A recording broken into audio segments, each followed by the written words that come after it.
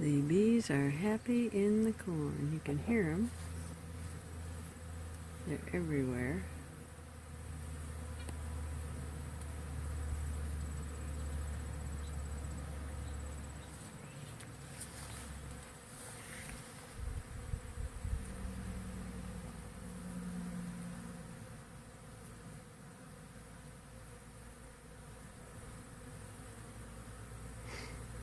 I'm glad to see it. At least they have some food now instead of me feeding them all the time. And I've got to get back in there today, suit up,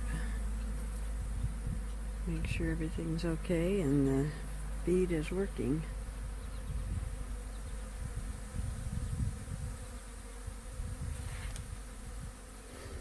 And over here, yes, I'm in the wrong place. You can see there's grapes coming on. These aren't starting to turn yet, but they're coming on hard.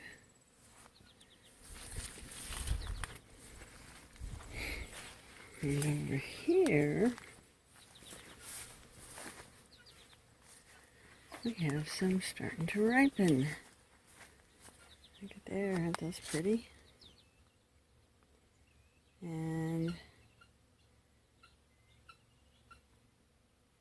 there's quite a bit in there, not an immense amount, but my best one, besides Dorothy's vine is doing good, and it's I believe Concord grape, which is usually not hardy enough in this area to make it, let alone ripen. But over here, look at these. Look at those clusters. They're not filling in as fast as I'd like.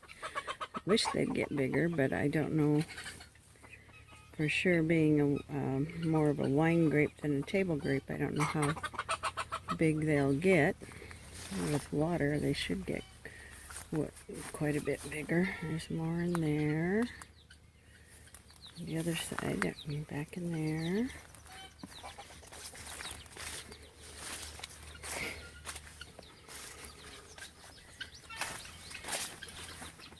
Okay. There's some more. They're just nice clustered. Not maybe, well, some of them are probably length of my hand. I can't show you because I got my hand full. Well, maybe I can. Okay, here's one. There's one that was really long in here. There's another. Oh, there it is. Look at this baby. Look at that. That's wonderful. For me, it's wonderful. Maybe other people would laugh, but for me, it's wonderful. This one's got a real nice double going on. There.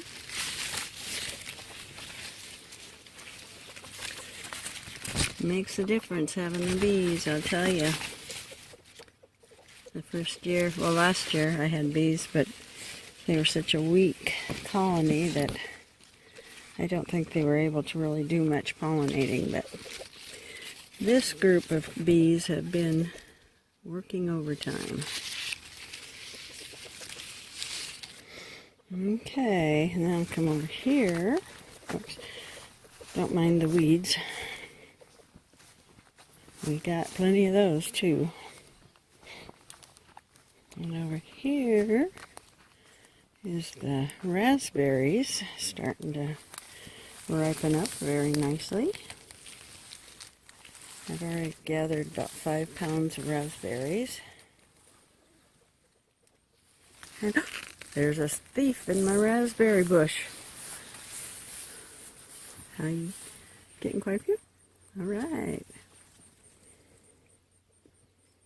These purple ones are pretty. Yes, they are. Have you eaten any? Nope. Really? No, I'm amazed.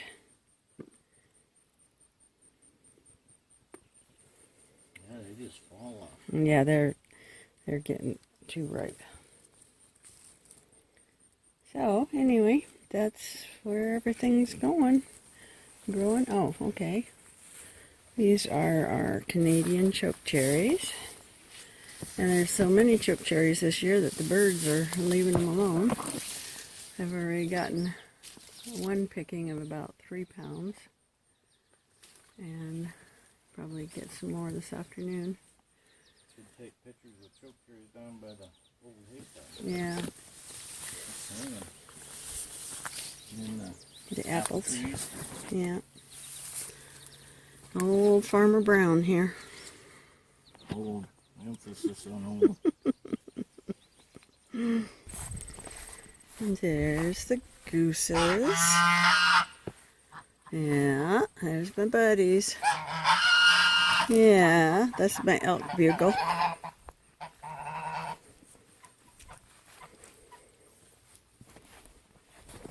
And it's the guineas. Here's one of the choke cherry bushes right next to the house. And we haven't been watering. We're in the middle of a drought and our wells are not doing well. So this is just Mother Nature's watering system. And some nice sized ones too. They're not itty bitty like some of this. And this is the one Dan wanted me to take pictures of. They're really, really heavy. I'm leaning over. Pretty loaded, but as you can see that the leaves are already starting to turn brown. It's just so dry. It's a sad deal. And again, the bees were here to help pollinate these choke cherries, so I think they've definitely earned their keep. Now if I can just keep them alive and not swarming on me again. Alright, over here is our apple trees. Some of them had already blossomed when the bees got here, and these, and then we had that cold snap, you know. These had not fully blossomed yet. So we have some pretty good apples. Well, more than we've ever had in the 13 years we've been here. These apple trees have been here for 11 years, I believe. Maybe 12 years. But they are looking good. And this one, I believe, is a Sweet 16. And I had another one, but that one died off with some sort of a blight earlier. Oh, it's been about 3 years now, so I haven't replaced it. And this one, I think, might have a blight. It's, I don't know, fire blight or whatever, I don't know. But it does have a couple apples on it. And the same with this. You see, the blossoms were frozen, most of them. But this tree is, for as little foliage as it has, is just loaded. They're leaning over.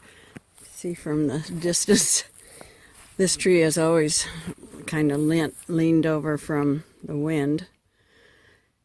And then the main part of it was damaged by deer a few years back. So we're going to have to stand it up a little bit. It's starting to lean further and further, kind of. With the weight of the apples is even worse than normal. And that's the apricot trees, which have yet to produce anything. Maybe next spring, if we have the bees in good shape, maybe we'll get some pollination and get some apricots. And this one, I'm not sure if it is a honeysuckle, or not honeysuckle, Honeycrisp. The apples are not getting any bigger, and I don't understand because it's probably the healthiest tree I have. So I don't know what's going on. And over here is a pear tree, and again it mostly had the blossoms were done by the time we got the bees. But there are a few pears up there. Gonna have to get my bobcat back so I can get up to the top. So there's no way we have a ladder tall enough to do that. And the plum trees. This one has a few on it. They're very small. And I don't know what kind of plum tree it is. We got it from the extension service at the same time we got the apples. Apple trees and the apricot trees.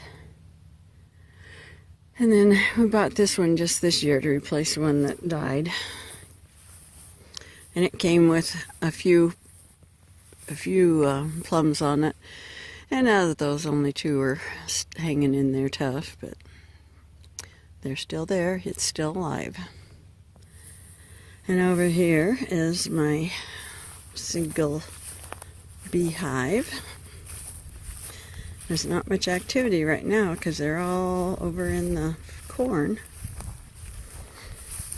And I did get some different stands that I can try to get a little oil trap set up on them so I don't have so dang many ants. They're just everywhere. Okay, I guess that's it. My goats are out in the field.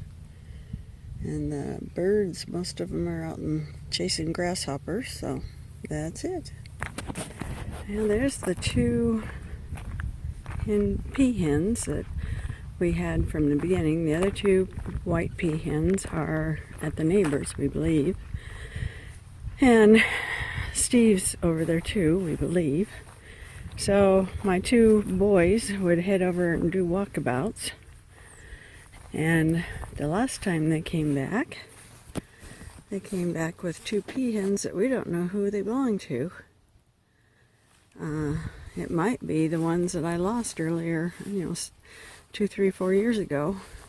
They are pretty wild, but they're the same, look the same as Steve when he was with the hens. Yeah, what you doing up there?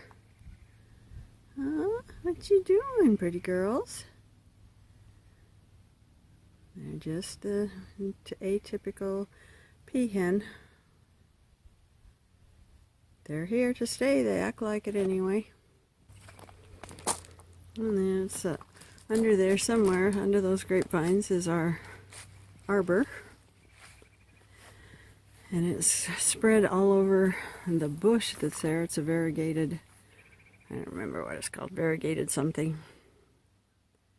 And it's completely covered. I keep trying to clip them off. You can see it down there. And these vines will grow, I swear, a foot a day. They're amazing.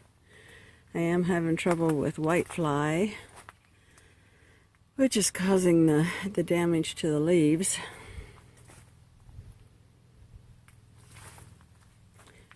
And you can see up there, they're not as nice a group clusters, but there are clusters up above us.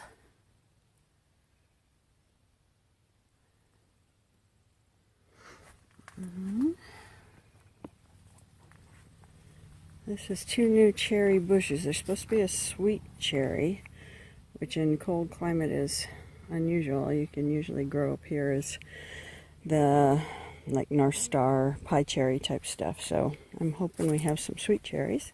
There you can see that nice variegated bush that's becoming pretty well pushed out.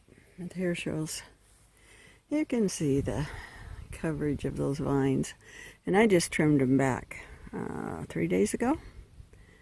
And they just shot right back out. Not a problem.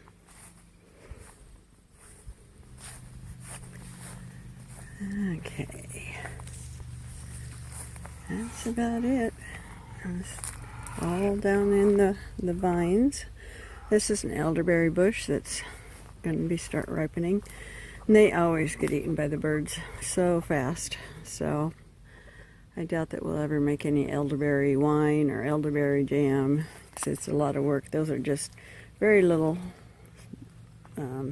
just mostly seed is all, no pulp. Then, let's see. That's Ellis Island. More vines. And this one's going up, starting up into the aspen. And it's about, halfway up now. Maybe a third of the way up the tree. So those will be for the birds if they survive the winter, because there's nothing on there this year. It takes 1 year for grapes, I believe, to form on a vine. It grows, all the grapes come off of an old vine anyway. It's not the brand new vines that usually have the grapes attached.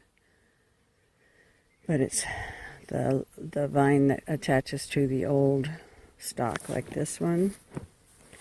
You see back there, there's the old, kind of a wooden looking stalk. And then there's some coming off of there. There's some. And then the other one was one that started growing last year, I think. But maybe not. I don't know. I'm acting like I know what I'm talking about. I don't know what I'm talking about.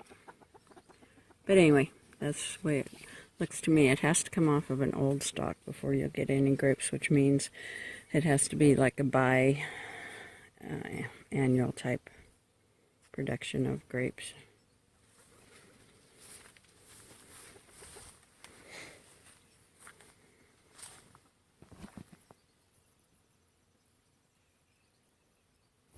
Okay, done.